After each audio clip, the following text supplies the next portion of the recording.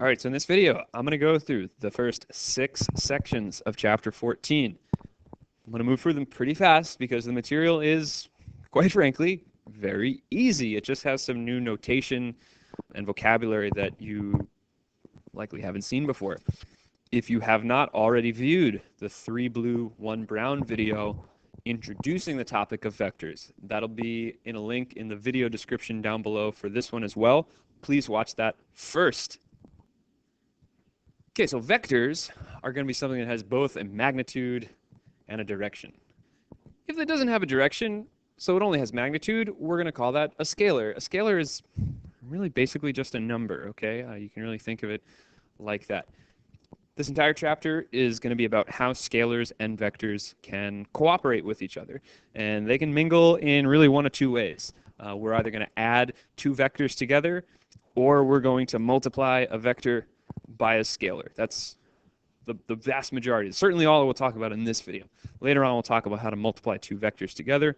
There's 2 different ways to do that, but that's for another video. Okay, so when we have a point in space, like in the xy plane, we usually refer to that point by its coordinates. How far did we have to move along the x and y axes to get to it from the origin?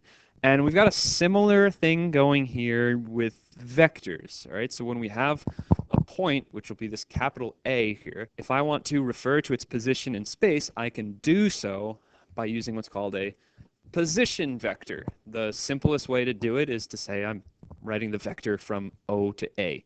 There it is. It's got a little vector on top. I know it's a vector. In textbooks and on exams, you will see a little a that's going to be in bold.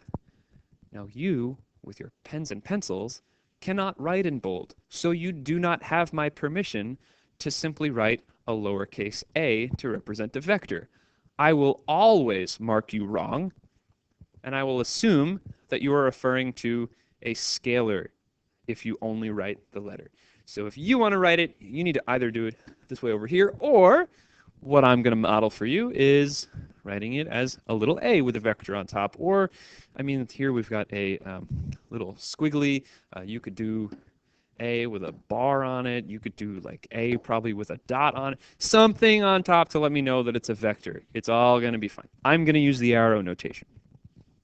If we want to talk about the length of the vector, we're just going to use absolute value or modulus bars. So that the length of vector OA, which is sometimes just written as OA without anything on top of it, that just means the length of the vector. All 5 of these things are talking about the same thing. Now that's a vector that starts at the origin and ends up at a place in space. But we can also start at one point in space and then go to another place in space. So here's vector AB. Starts at A, goes to B. That's why I've got the arrow here going from A to B. Easy stuff. 2 vectors are equal if they have the same magnitude and the same direction.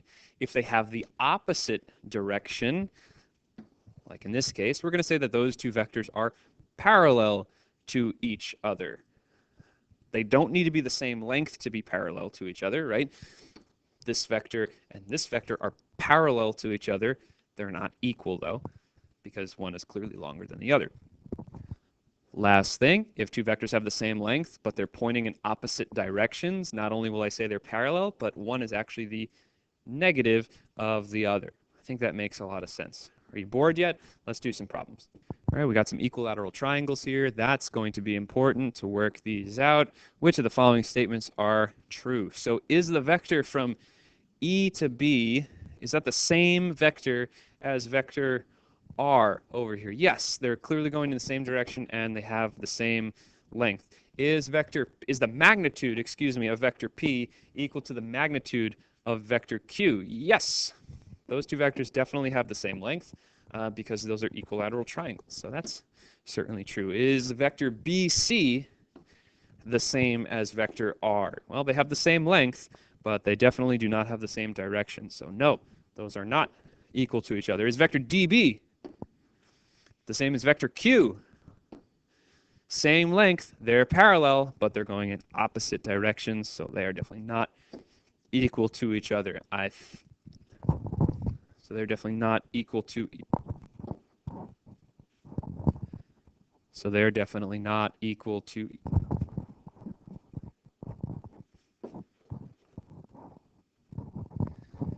DB, Q. Clearly the same length, clearly parallel to each other. However, they're pointing in opposite directions, so those are not equal. ED, that doesn't even exist in our picture, but we can draw it in. Is ED the same as P? Yes, certainly. And is vector P the same as vector Q? No. Their magnitudes were the same, their lengths, but the vectors themselves are definitely not. Okay, vector addition. We can add two vectors by using something called the tip to tail rule.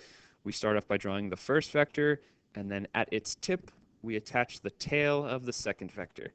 And wherever we end up in the very end relative to the very beginning, that's considered to be the sum of the original two vectors.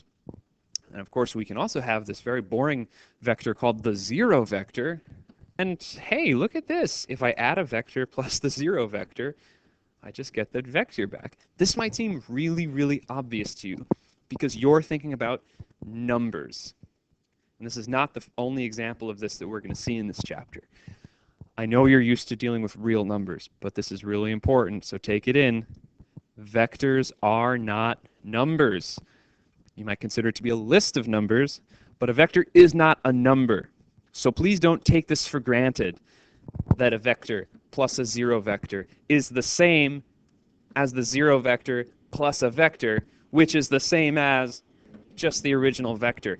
There we've got the additive identity, and we know that addition is commutative for vectors.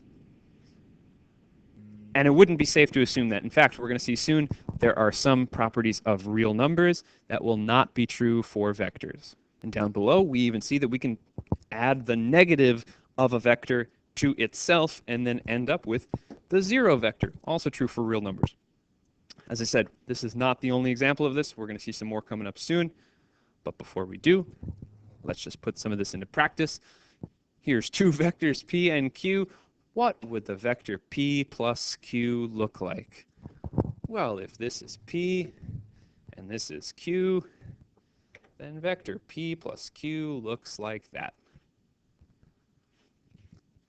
Q plus P, well, if this is Q, and then this is P, then Q plus P looks like this. And you're going to notice, I know my picture's not drawn to scale, but P plus Q is equal to Q plus P. Which again, it's commutative, and that should feel very natural to you. Here, oh my gosh, we are going to show that vector addition is associative. Very exciting stuff. So, as they say right here, PS can be written as the sum of PR plus RS. But I know from looking at the diagram that vector PR is equal to A plus B. So, vector PS is equal to the vector A plus the vector B, and then adding the vector C. But could we do this another way? There's PS again. Well, what would be vector B plus vector C? Well, that would be QS, right? Vector QS is the same as vector B plus vector C. If I were to add on to the front of that, vector A, which is PQ, shouldn't PQ plus QS also give me PS? And in general, there's a little shortcut that I like to use with vector addition. You'll notice here that this vector ends in a Q and this vector starts in a Q. That's a indication that I can just kind of smush these two vectors together and get a new one that starts where this one started and ends where that one ended. As I said, it's the associative property. I'm sure you've heard of it before with numbers, but it's also true with vectors, and that's honestly more interesting than you probably recognize right now. This is the kind of stuff that can be really exciting to a mathematician. In fact, I took a course in grad school where we talked about the commutative and associative and distributive properties of not only numbers, but about these other algebraic structures that I won't get into with you, but we talked about that all the time. So this is really important stuff that we're talking about here. Trust me. Okay, subtraction is adding the opposite. So if we wanted to look at a minus b, we could visualize it by drawing out vector a. And I know that vector b goes up and to the left, which means that minus b should be going down and to the right. So this purple thing down here is going to be vector a minus b, or just a plus negative b. Easy peasy. So let's just simplify some of these. Using the shortcut I mentioned a minute ago, this should just be vector AB. I see the C's are in the middle there, and that tells me I can add those together. Here, I don't see the same letter in the middle, so I can't use that trick, but I notice that it's subtraction, which means this is really AD plus DB. I changed the negative to a positive, and then I changed the direction, the order of the vector. So that's going to be equal to AB. If I have something longer, this one down here is going to be BA plus AC plus CB. I can put the first two together to get BC plus CB. Oh, that's going to be BB. That's weird. That's a vector that starts and ends at the same place. That's the 0 vector. All right, so scalars, as I said before, they have magnitude but not direction.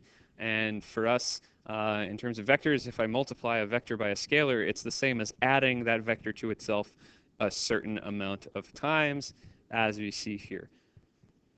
No problem. Let's put all this stuff together now. Here we go. So we're going to rewrite each of these vectors in terms of A and B. So for starters, Px. Px is this one here. How can I get from P to X using just A and vector B? Oh, Px is just vector B, isn't it? Because that's in the same direction and it's the same length since we're dealing with a regular hexagon. Okay, cool. Ps now. Ps is going to go in the exact same direction, but it's twice as long. So that'll be 2 times vector B. Qx. Now Qx is in that direction. So how can I get going in that direction there, down and to the left? Well, if I take vector B, that'll get me down and to the right, and then I just need to go to the left, and that's the opposite of what vector A is. So this is going to be vector B minus vector A. And then for the last one, we have RS. So that's moving down and to the left there. Oh, you know what? That's the exact same thing as the one we just worked out. That's also vector B minus vector A. No problem. So we're moving into section C now, and now we're dealing with vectors in the plane. There's a few different ways to write things, so we need to get used to a lot of new notation now. So if I have a point, which we're going to call point P, it has an X and a Y coordinate, which we know about that. We can write this point P as a position vector. We can write that as OP. That's the vector going from the origin to point P. We could also write it in what's called component form, which is going to be this. Now that is not the same as a shift. No.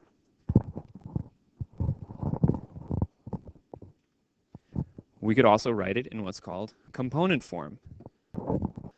Now that is not the same thing that we saw in chapter 5. Chapter 5 had horizontal and vertical translations written in this exact same format.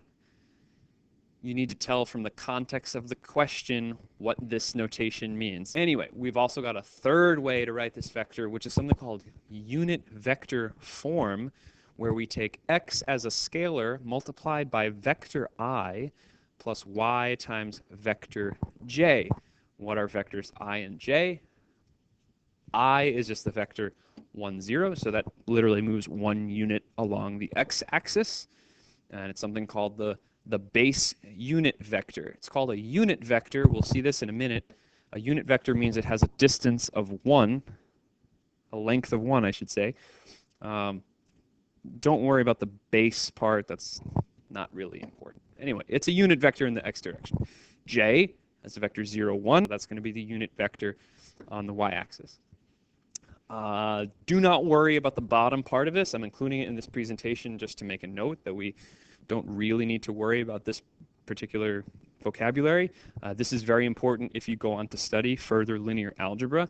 Finding bases, and especially the standard basis of spaces, is very important, but absolutely nothing that we will do in our course.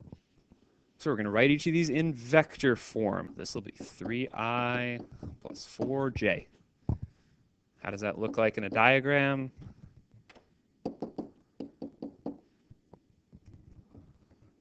Looks like that. 3 units to the right, 4 units up. Do the exact same thing with the rest of these. I'm not going to. Okay, this is just the opposite. Write these into component form.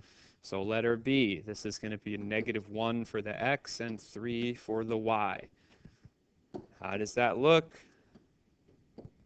Looks like that.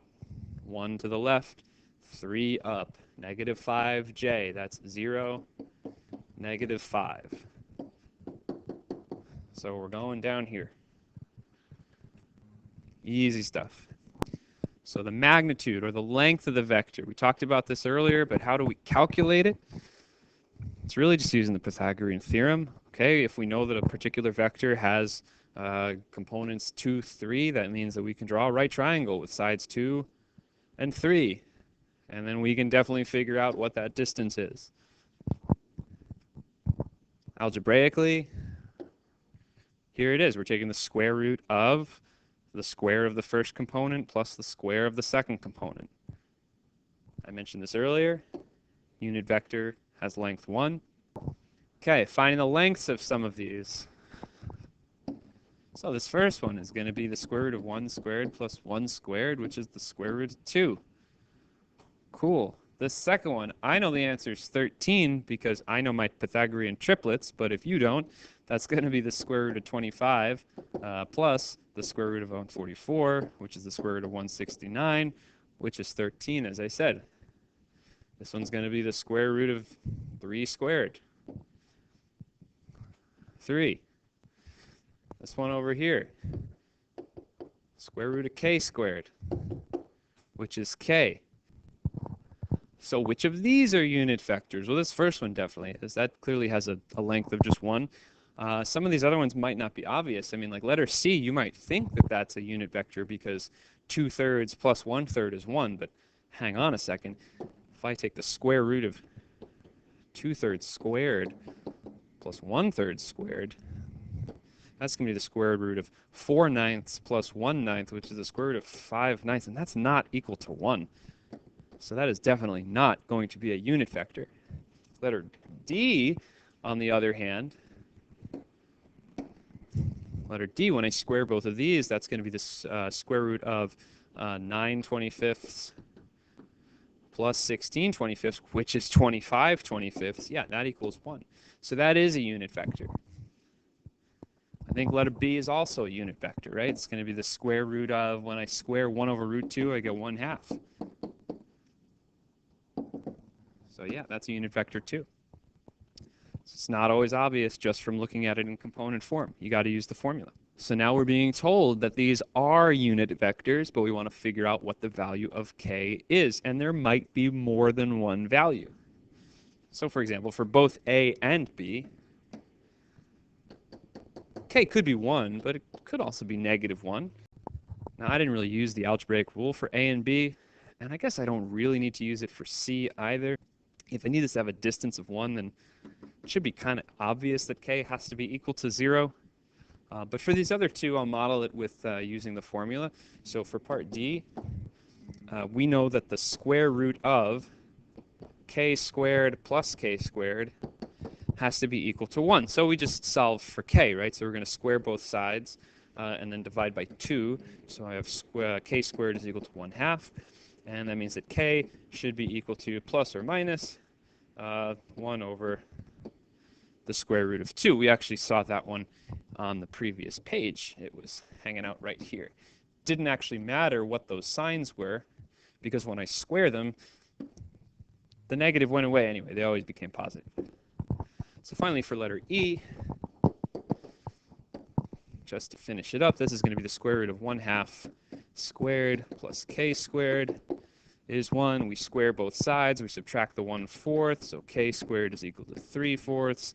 Square rooted, k has to be equal to plus or minus the square root of 3 over 2. You might at this point notice a pattern of some kind.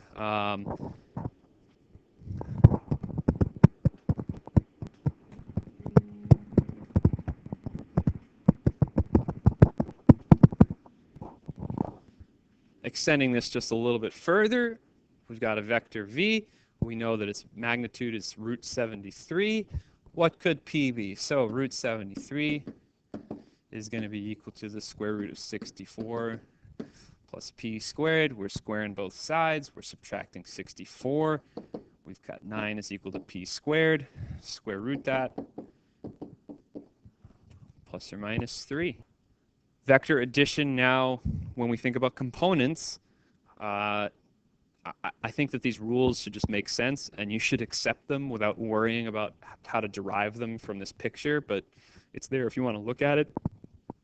If I want to add up these two vectors, a plus b, I'm just going to add up the components that go together. So it's going to be the addition of the x components and then the addition of the y components. And that's what I get at the end. And same thing with subtraction. A minus b will be an x minus an x, and then a y minus a y. For scalar multiplication, we just multiply both the x and the y component by k. So what are some of these? Let's go letter C. Vectors p plus q minus r. So p plus q is going to be -4 plus -1, and then 2 plus -5. And then I'm going to subtract from that 3 minus 2, so that's going to be -8. -1. Slightly more exciting ones. Let's do letter H. Let's cut to the chase and just do a good one. So we got 2 times vector p, that's going to be 210, minus vector q, -2, 4, plus 1/3 of r, that's going to be -1, -1/3. Put it all together, get out your calculators there, boys and girls. This is going to be 2 minus -2, that's 4, minus 1 is 3. 10 minus 4 is 6, minus 1/3, that's 5 2/3, or 17/3. Wow, so difficult. All right, so the book does make the point that technically speaking, you're not actually allowed to divide vectors by scalars. So we would write this as x is equal to the scalar 1 over k times the vector a, not as vector x is equal to the vector a divided by k.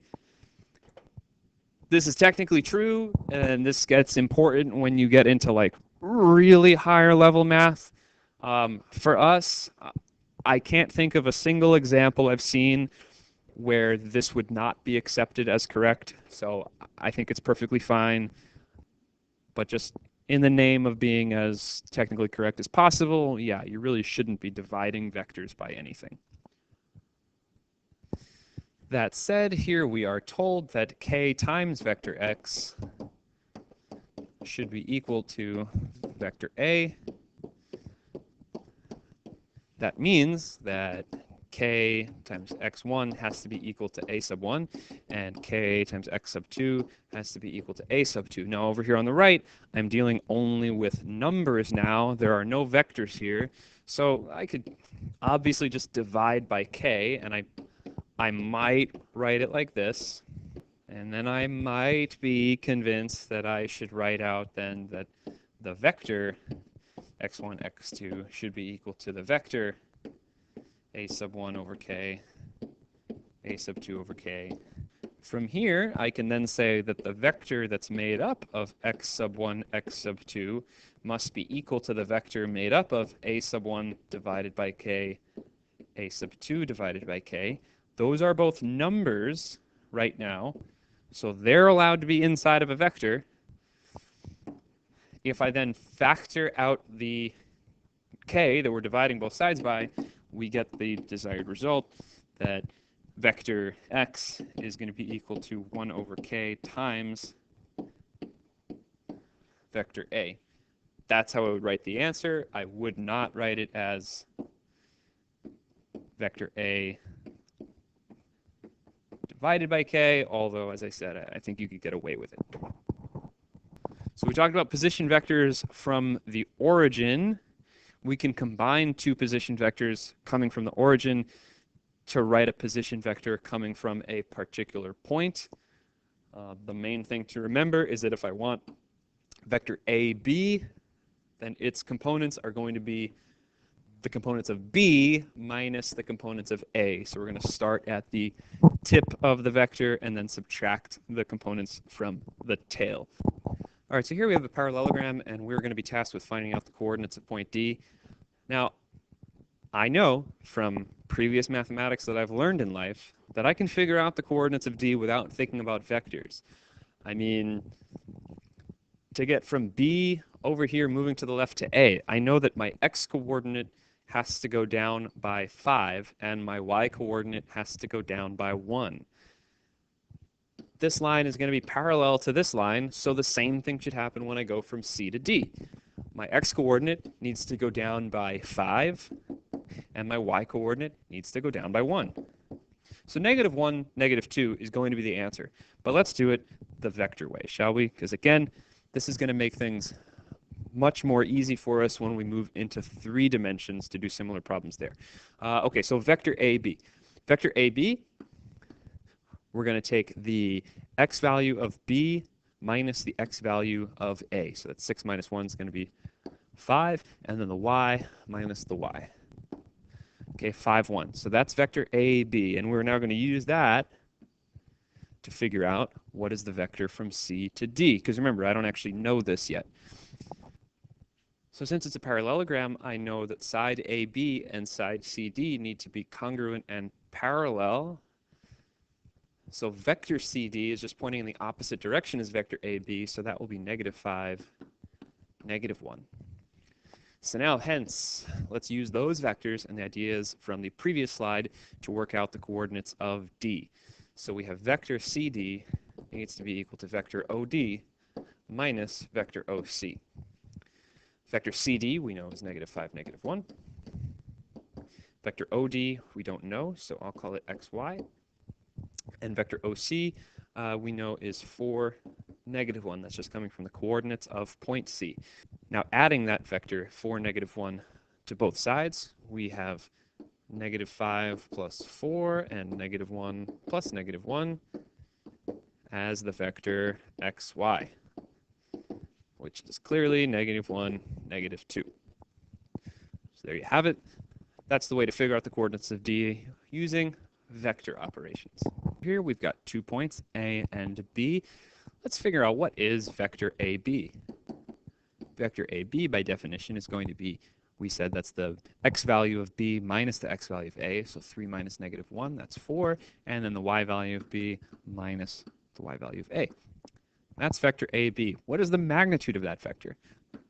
Magnitude of that vector, again, using the definition, that'll be the square root of the x component squared plus the y component squared. We can leave it like this, or we can expand it. In this particular problem, we're going to need to expand it. So let's go right ahead and do that. Since we know that the magnitude has to be equal to 5, we've got 16 plus, this is going to be k squared minus 6k plus 9, and that's all equal to 5. Squaring both sides, we're going to have k squared minus 6k, and I'm going to stop it there because I noticed that 16 and 9 is 25, and that's exactly what I'll get on the right when I square it. So solving for k, we're just going to factor boring stuff. K has to be either 0 or 6, and those are the two possible values of k. And as for an illustration of why there are two, I mean, here's a moving illustration for you. We've got the point A at -1, 3, and B has to be at either one of those two places. And the line segments formed would both be of length 5. For a more static illustration, you might provide something like this. This one is not much of a challenge at all. We need to figure out what SP is. Of course, SP is going to be equal to SR plus RQ plus QP. Again, making sure that the inner letters are going to match.